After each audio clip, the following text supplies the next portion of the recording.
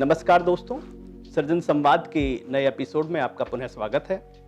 आज हमारे खास मेहमान हैं प्रख्यात कथाकार श्री रविंद्र कांत त्यागी जी।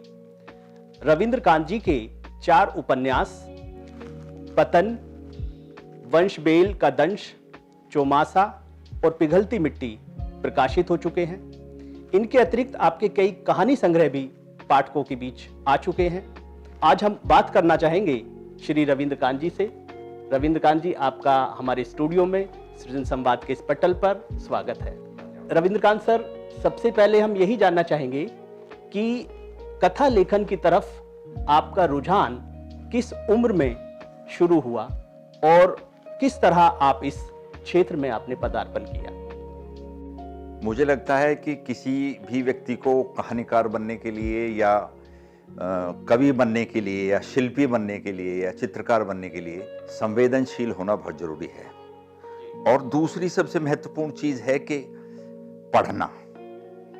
पढ़ाई और पुस्तकों से प्रेम होने को आप कभी उपेक्षित नहीं कर सकते यदि आप लेखन के क्षेत्र में जाना चाहते हैं। कला के किसी भी क्षेत्र में जाने के लिए, चाहे वो कहानी या उपन्यास हो या वो कविता हो या वो प्रस्तर शिल्प हो या वो चित्रकला हो, किसी भी क्षेत्र में जाने के लिए जरूरी है कि आदमी संवेदनशील होना चाहिए। बेशक हमारे चारों तरफ ऐसी चीजें हैं जिनको हर आदमी अपनी दृष्टि से देखता है। मैं आपको एक उदाहरण देना चाहता हूं कि हमारे एक मित्र की गाड़ी चोरी हो गई और जहां से ये लेखन शुरू होता है, जहां से संवेदनशीलता शुरू होती है, तो हम लोग एटा इटावा के क्षेत्र में गए और वहां एक महिला को गिरफ्तार कर लिया पुलिस ने। हरियाणा की पुलिस थी। उसके बाद उससे पूछा कि तेरा लड़का कहाँ है, तो उसने कहा कि मेरा लड़का मुझे पता नहीं। तो तेरा और कौन है? उसने बताया कि मेरी बेटी फिरोजाबाद में रहती है। हम लोगों का गाड़ी का काफिला, जिसमें पुलिस वाले भी शामिल थे, 3-4 गाड़ियां थी, फिरोजाबाद में पहुंच गया। रात को 12 बजे हम लोगों ने उस बुढ़िया की बेटी के घर पर दस्तक दी जी। एक दुबला पतला सा लड़का जो चूड़ी बनाने के कारखाने में काम करता था। ये मेरी कहानी में शामिल नहीं है, मैं अलग से ये बात बता रहा हूँ। उस लड़के को पुलिस ने पकड़ लिया और जो पुलिस ये अंदाज होता है, घसीटते हुए इसे गाड़ी में लाए और गाड़ी में डाल दिया। उसने बहुत कहा कि मैं तो मजदूर आदमी हूँ, गरीब आदमी हूँ। उसकी पत्नी पुलिस वालों के पैरों में लेट गई, मगर कोई फर्क नहीं पड़ा। और वो पुलिस वाले और हमारा काफिला, हमारे ट्रांसपोर्टर मित्र भी ऐसे थे जैसे ट्रांसपोर्टर होते हैं, आम आदमी होता है। हम लोग दिल्ली की तरफ दौड़ पड़े, गाड़ियों का काफिला। करीब 3 किलोमीटर बाद पेट्रोल पंप था, एक होटल था। वहां हमने सोचा चाय भी पी लें और गाड़ियों में डीजल भी डलवा लेंगे। वहां हम रुक गए, चाय पीने लगे। लगभग 15 मिनट बाद हमने देखा कि एक प्रतिछाया रात के 1 बजे सड़क पर भागी चली आ रही है।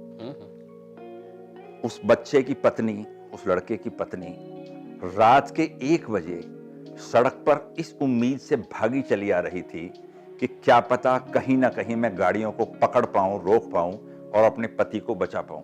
बाकी सब लोगों ने अपनी दृष्टि से देखा, मगर मैंने गाड़ी से उतर के उससे पूछा, बहन तुम किस उम्मीद से सड़क पर दौड़ रही थी? हम लोग तो दिल्ली जा रहे थे। उसने कहा कि इस क्षेत्र में पुलिस वाले अक्सर लड़कों को पकड़ के ले जाते हैं और एनकाउंटर कर देते हैं यहीं आसपास।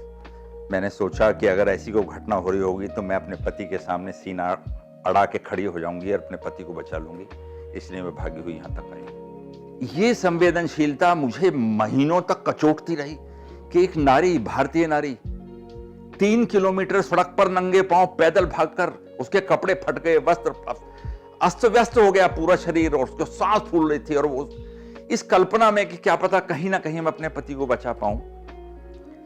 इस संवेदनशीलता से कहानी शुरू होती है। बचपन में मैंने स्कूल की दृष्टि से मुंशी प्रेमचंद, शत्रुसेन शास्त्री, विष्णु प्रभाकर, फणीश्वरनाथ रेणु, मगर बाद में कुछ अलग टेस्ट की कहानियां भी मैंने पढ़ी, जैसे गौरापंत शिवानी, वो हमारे कोर्स में भी नहीं थी। और जासूसी उपन्यास भी बहुत पढ़े। सुरेंद्र मोहन पाठक, वो उम्र ही ऐसी थी। ओम प्रकाश शर्मा, इस तरह के जासूसी उपन्यास। क्योंकि ये ना टेलीविजन था ना इंटरनेट था, वो जमाना ऐसा था, तो मैंने एक जासूसी उपन्यास लिख डाला।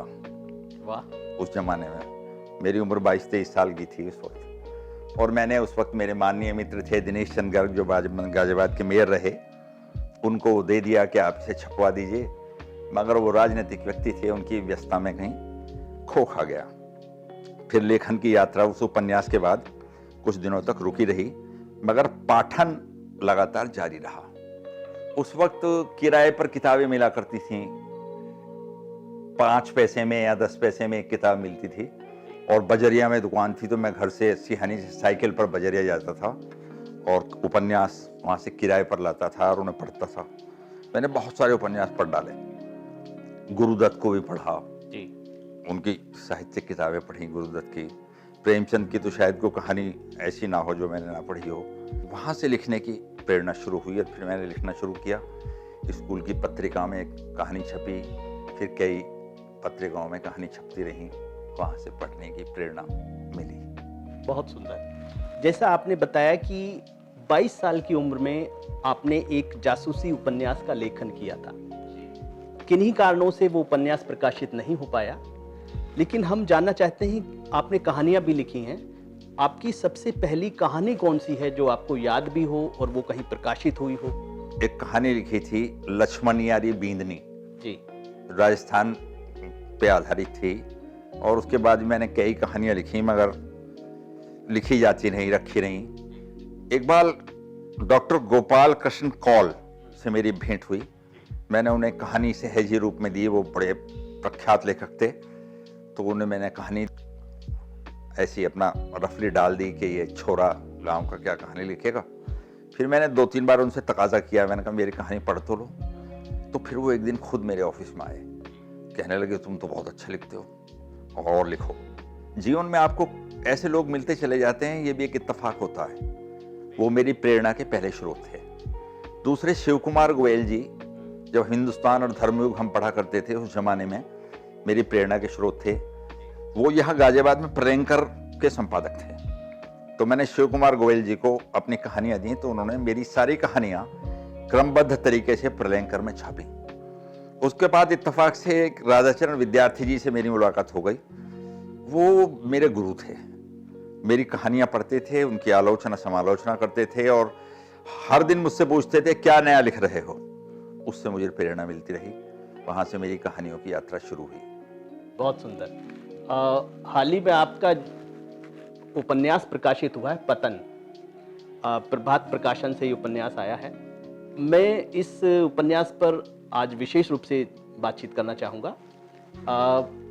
मैं चाहूँगा कि इस उपन्यास का जो कथानक है और उसका जो देशकाल है और जो संदेश आप हमारे पाठकों को और दर्शकों को, अपने पाठकों को इस उपन्यास के माध्यम से देना चाहते हैं, उसको संक्षिप्त रूप में अगर आप बताएं तो अच्छा रहेगा।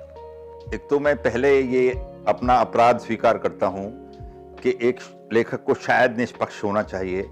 वैसे इस दुनिया में निष्पक्ष कोई होता नहीं है। मैं भी एक विचारधारा विशेष से थोड़ा प्रभावित रहा हूँ और रहता रहा हूँ, तो मेरी हर कहानी में और बड़े उपन्यासों में उसका कहीं ना कहीं थोड़ा बहुत चित्रण होता है। ये पतन उपन्यास एक ऐसे युवक की कहानी है जो इत्तेफाक से अपने कॉलेज के जमाने में राजनीति के उच्च शिखर पर प्रवेश कर जाता है।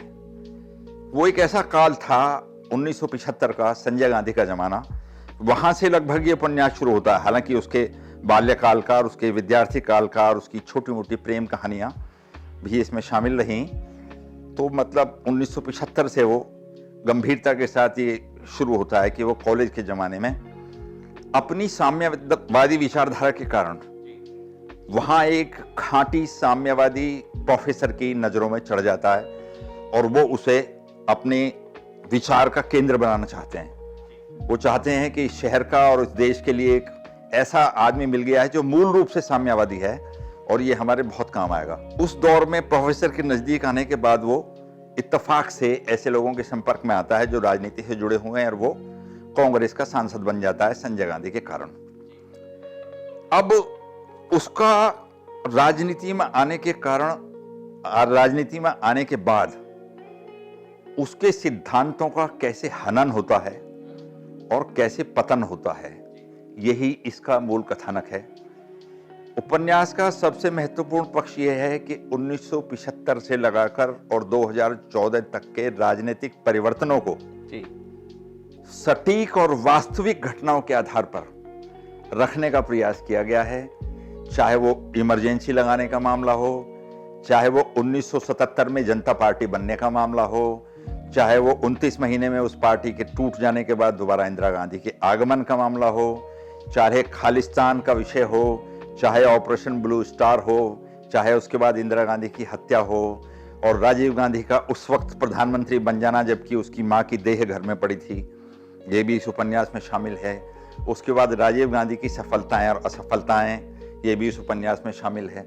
यानी 1975 से लगाकर 2014 की हर एक राजनीतिक घटनाएं, चाहे वो हवाला कांड हो, चाहे वो मनमोहन सिंह का काल हो, वो सब इस उपन्यास में शामिल करने का प्रयास किया गया। साथ साथ उस युवक की प्रेम कहानी और प्रेम कहानी से भटककर दूसरी महिला से शादी हो जाना परिस्थितियों के कारण, ये भी उसमें शामिल है।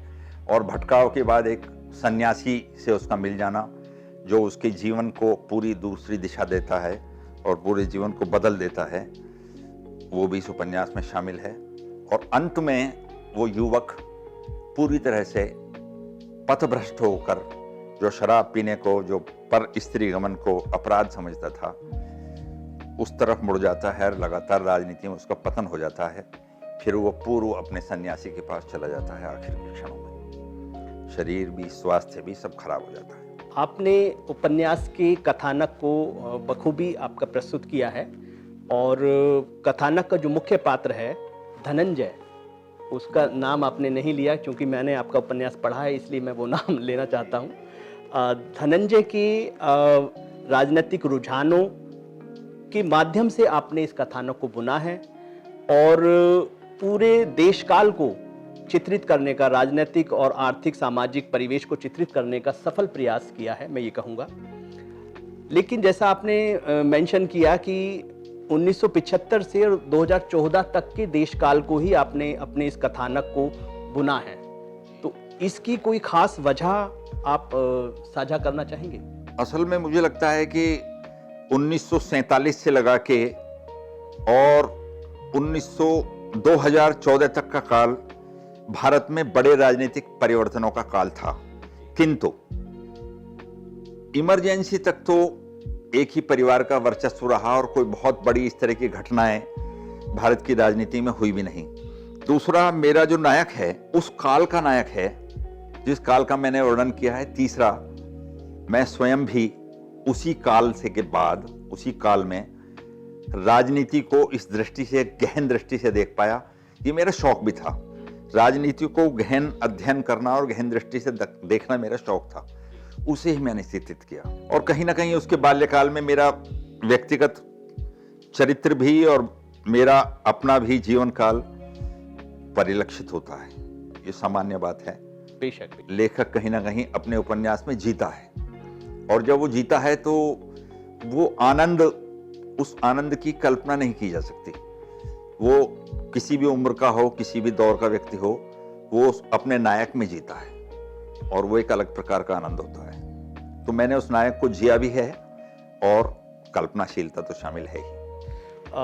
अभी एक संगोष्ठी में मेरा जाना हुआ और वहाँ हिंदी कथा साहित्य पर विमर्श के दौरान वरिष्ठ लेखिका हैं रूपा सिंह जी, उन्होंने एक विचार साझा किया उस पटल पर कि कई बार हिंदी के जो लेखक हैं, कथा लेखक हैं, वो उन विषयों पर भी अपनी कलम चला देते हैं जिन विषयों का उन्हें एक विस्तृत या आपका पर्याप्त ज्ञान नहीं होता है।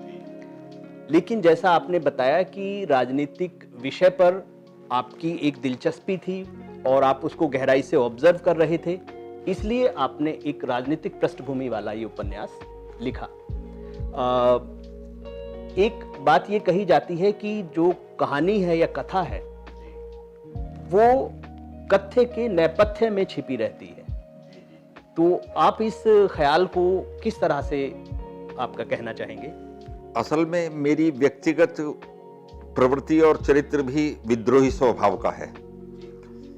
मेरा लेखन भी विद्रोही स्वभाव का है और मेरा जीवन भी विद्रोही स्वभाव का है।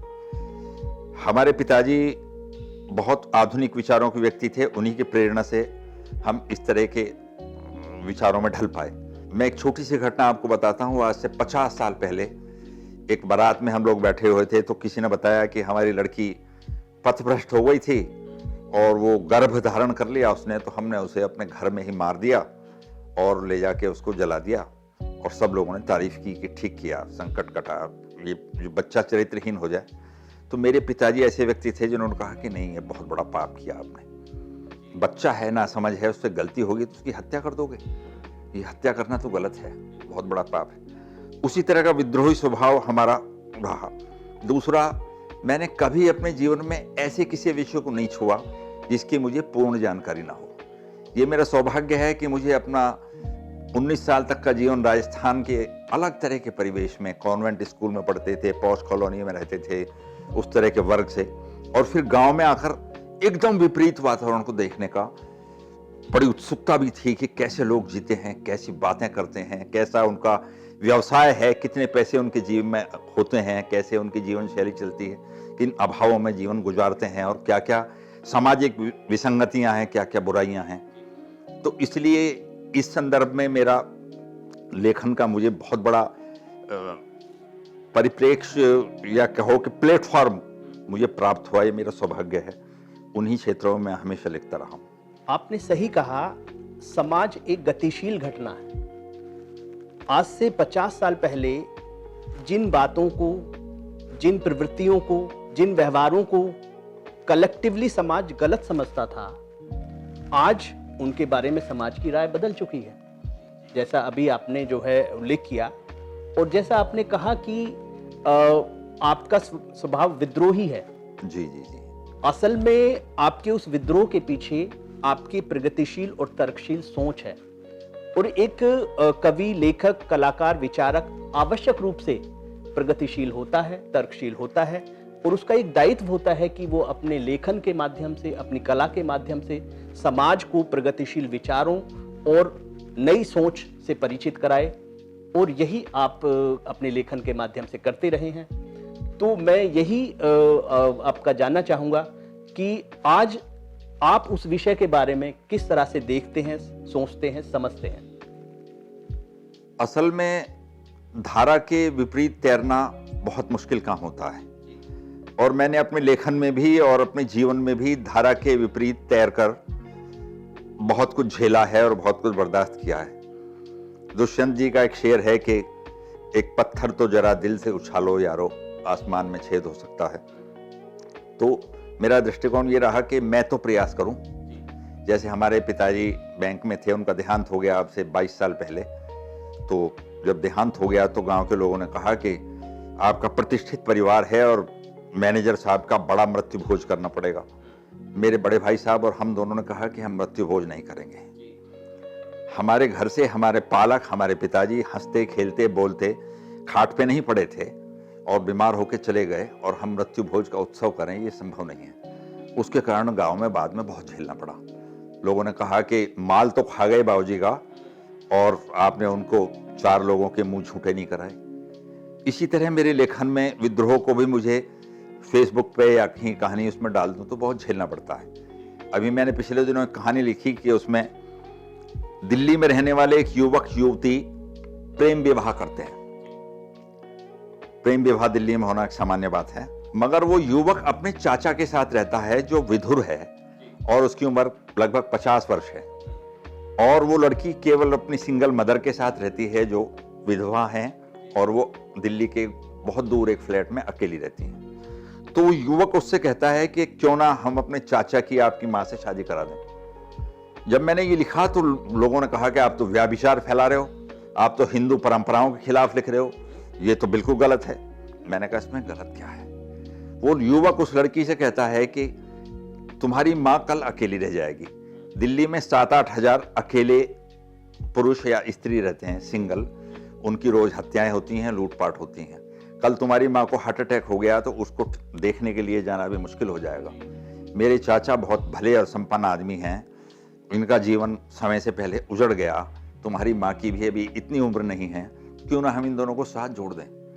तो ये इस तरह के विद्रोह मैंने अपने जीवन में कहानियों में भी किए हैं। मेरा इकलौता बेटा जब उसकी शादी हुई तो लोगों ने कहा कि ये देंगे, ये करेंगे। मैंने कहा मैं दहेज नहीं लूंगा। जब सगाई समारोह में वो एक पैकेट चुपचाप थाली में रख गए तो मैं और मेरी पत्नी उसे उनके घर जाके अगले दिन वापस देकर आए और मैंने कहा कि केवल भाषण में नहीं, हम दहेज नहीं लेंगे तो नहीं लेंगे, कोई सामान भी आपसे नहीं लेंगे, कुछ नहीं लेंगे। तो जीवन में भी, कहानी में भी मैंने बहुत सारे विपरीत, समाज की धारा के विपरीत मैंने बहने का प्रयास किया है। कितना प्रभाव हुआ, क्या नहीं होगा, ये सोचे बिना मैं तो लिखता जाता हूँ, मैं तो अपने जीवन में करता जाता हूँ। लोग बहस करते हैं, कुछ करते हैं। उदाहरण के लिए जैसे फेसबुक पे आप हिंदुओं के पक्ष में लिखते रहो तो लोग बहुत खुश होते हैं, मगर कभी ना कभी आपको हिंदू कुरीतियों के बारे में भी तो लिखना चाहिए। अभी तो है ना, बाबागिरी है, लोग बहुत अंधविश्वास में डूबे हुए हैं, भूत प्रेत को मानते हैं, तब लोग नाराज हो जाते हैं, कहते हैं आप तो हिंदू विरोधी हो गए, आप तो सेक्युलर हो गए हो। तो ये अपने जीवन में साथ साथ चलता है, लेखन में भी और जीवन में भी। बिल्कुल आपने सही कहा। देखिए परिवर्तन जो है, जो वैचारिक परिवर्तन है, और वो भी सामूहिक स्तर पर, समाज के स्तर पर, मास के लेवल पर, वो एकदम से नहीं आता है, वो धीरे धीरे आता है, शने शने आता है। और जो आपका विचारक है, जो आपका चिंतक है, उसका काम है एक सही विचार को, प्रस्ताव को, व्यवस्था को लोगों के सामने रखना। वो एकदम से स्वीकार्य हो जाए या उसमें कुछ समय लगता है, वो सेकेंडरी बातें होती हैं। तो आपने अभी जिन दोनों बातों का उल्लेख किया वो भी आपकी प्रगतिशील सोच को ही जो है परिलक्षित करते हैं। आपने अभी एक बड़ी महत्वपूर्ण बात कही कि आप जैसा सोचते हैं और अपनी कहानियों में और उपन्यासों में जिन नैतिक मूल्यों का आप जिक्र करते हैं, उन नैतिक मूल्यों को आप अपने जीवन में भी उन्हें जीने की आपकी एक प्रतिबद्धता रही है, प्रयास रहा है। तो कई बार हम देखते हैं कि जो लेखक है वो अपने कहानी में, कथा में लिख तो कुछ रहे हैं, लेकिन अपने जो व्यक्तिगत जीवन है उनका, उस जीवन में वो जीवन उनका उनके लेखन से बिल्कुल अलग होता है, नैतिक रूप से मैं कह रहा हूँ। तो इस बारे में आप क्या कहना चाहेंगे?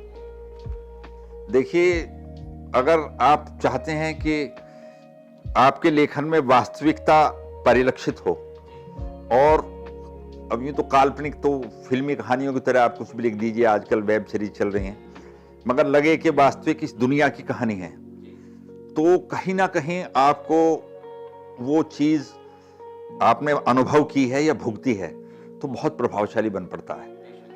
अब से 40-50 साल पहले एक सुदूर बिल्कुल परंपरागत गांव की एक लड़की घर से भाग गई। लोगों ने कहा कि भाग गई तो उसको, और वो कोल्हू में गन्ना लगाने वाले एक गरीब बिहारी मजदूर के साथ भाग गई।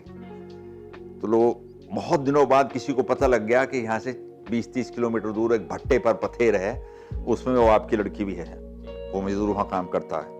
लोगों ने कहा उसे जान से मार दो, वरना आपकी बहुत बदनामी हो जाएगी, ये सबको पता चल जाएगा। मगर मेरा लेखक कहता है, मेरा लेखक उस कहानी में, वो आप पढ़ेंगे कि उस पिता ने अपना जो भी गहना था, जो बेटी को देना था, जो पैसे की व्यवस्था थी, वो इकट्ठे करके वो भाग के रात में पति पत्नी उस भट्टे पर पहुंचे और उस बेटी को देकर कहा कि ये मेरा दहेज है और ये मेरी विदाई है, तुम यहाँ से दूर चले जाओ, बिहार चले जाओ, वरना मेरे समाज के लोग तुम्हारी जान से मार देंगे, और उन्हें वहां से विदा कर देता है। तो ये एक दूसरा जो दिशा और दूसरी सोच हो सकती है उस कल्पना की, तो उस तरह से मैं सोचता हूँ कि ये हो सकता है कि ऐसा भी संभव हो।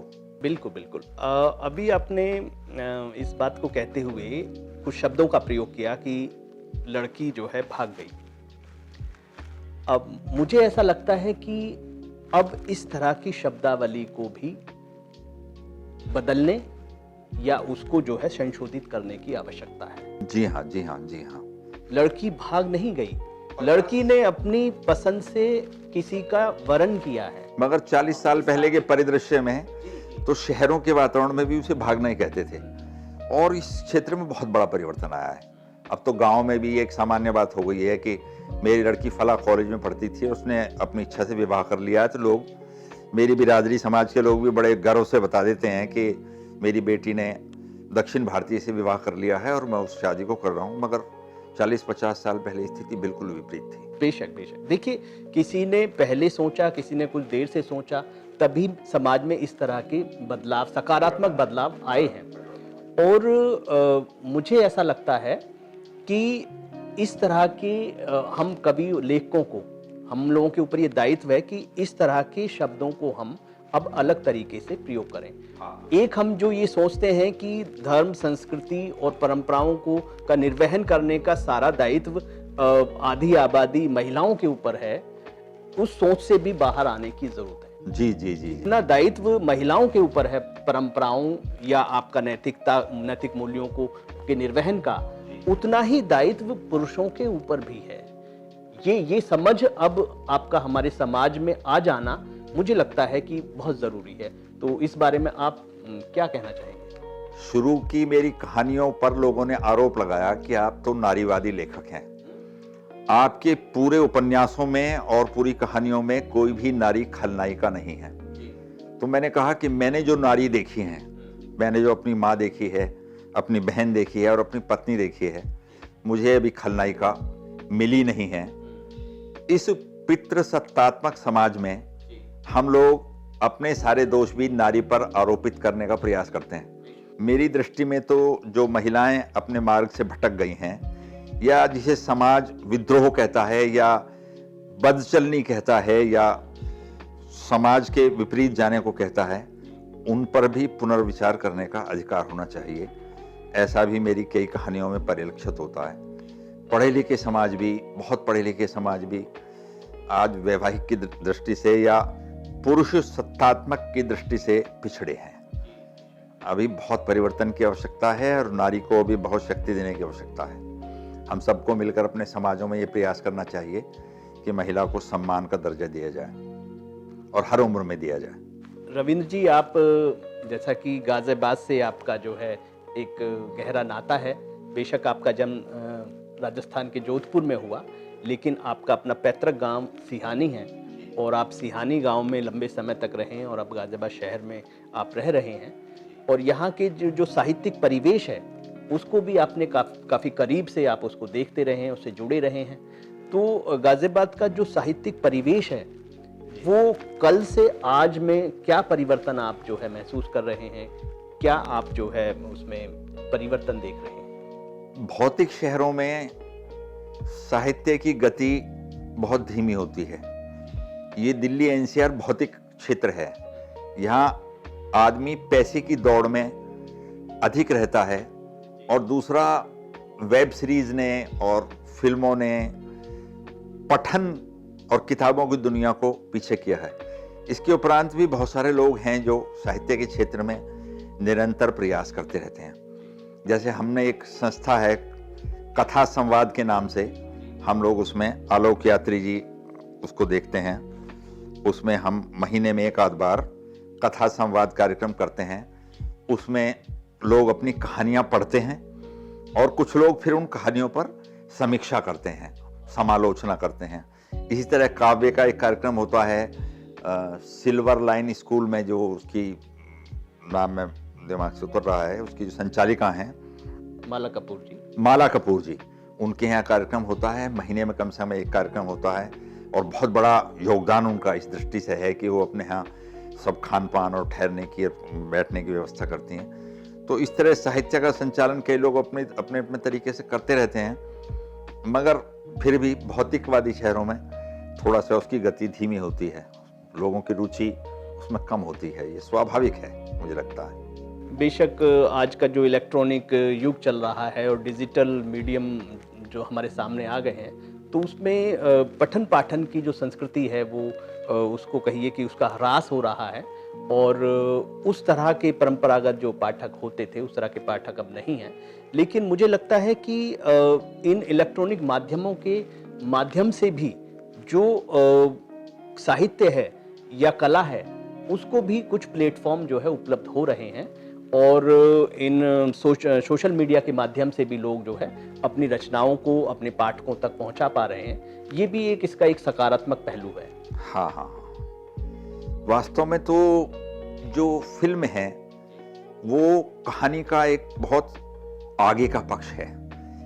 जैसे हम अपनी बात कहते हैं और आप उसे मात्र पढ़ पाते हैं, उसमें आपकी बातों के भाव भी लोगों के चेहरों पर, अभिनेता के चेहरे पर प्रकट होते हैं, दृश्य भी प्रकट होते हैं।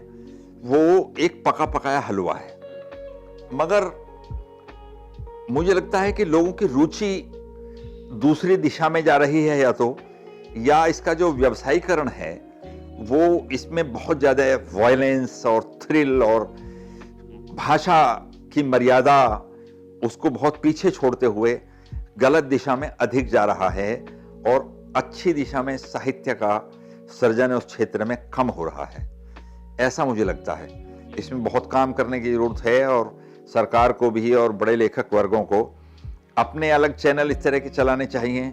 अब उसका व्यावसायिक, आपने देखा कि बहुत पुरानी साहित्यिक पत्रिकाएं बंद हो गई, सारिका जैसी किताबें बंद हो गई, कादम्बरी का स्वरूप बदल गया।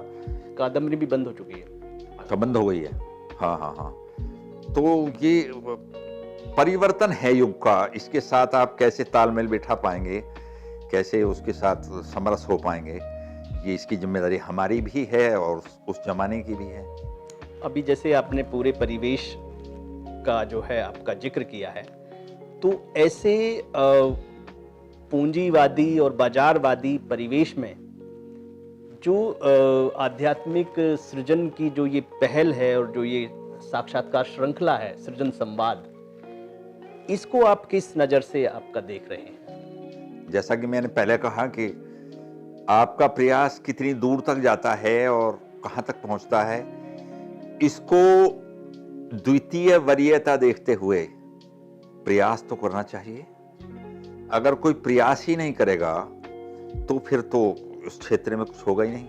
मैं तो आपके इस साहस को प्रणाम करता हूं कि आपने आध्यात्म और साहित्य जैसे विषय को, जिसमें बहुत सारे लोगों की कम रुचि है और रुचि घटती जा रही है भौतिकवाद के चलते हुए, उसे आपने उठाया है और उसके लिए आप बड़ा काम कर रहे हैं। इसके लिए मैं आप साधुवाद के पात्र हैं। तो दोस्तों, हम बात कर रहे थे प्रख्यात कथाकार श्री रविंद्रकांत त्यागी जी से। रविंद्रकांत सर, आप हमारे स्टूडियो में आए, हम हमारे पटल पर आए, आपका बहुत बहुत धन्यवाद। आपका भी बहुत बहुत धन्यवाद। मुझे आप अपनी बात कहने का आपने अवसर प्रदान किया, बहुत बहुत धन्यवाद। धन्यवाद दोस्तों।